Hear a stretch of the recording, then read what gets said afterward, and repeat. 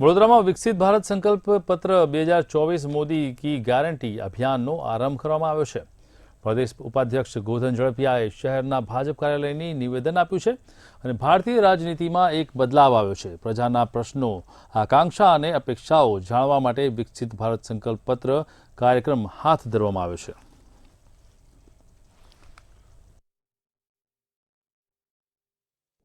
પ્રજાના મનમાં પડેલી આશા આકાંક્ષા